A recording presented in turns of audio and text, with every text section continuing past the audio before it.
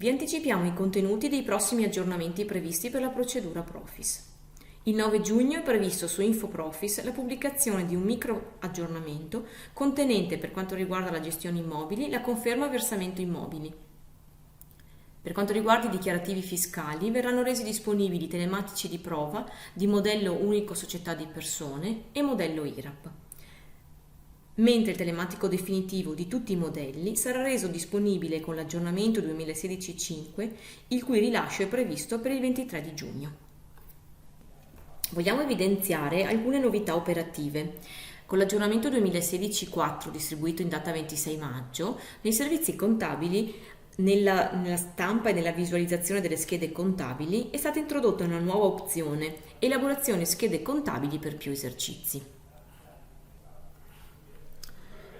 Come vedete, a fianco all'esercizio c'è un nuovo flag, visualizza movimenti esercizi precedenti, che ci permetterà a questo punto, nel periodo DAL, di indicare un periodo precedente a quello dell'esercizio in corso di visualizzazione.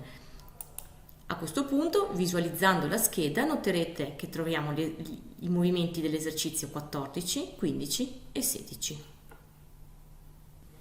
Mentre con l'aggiornamento 2016.5, il cui rilascio è previsto per il 23 di giugno, sarà possibile effettuare in gestione immobili e nella gestione contratti di locazione l'acquisizione dei dati dal catasto dell'Agenzia delle Entrate.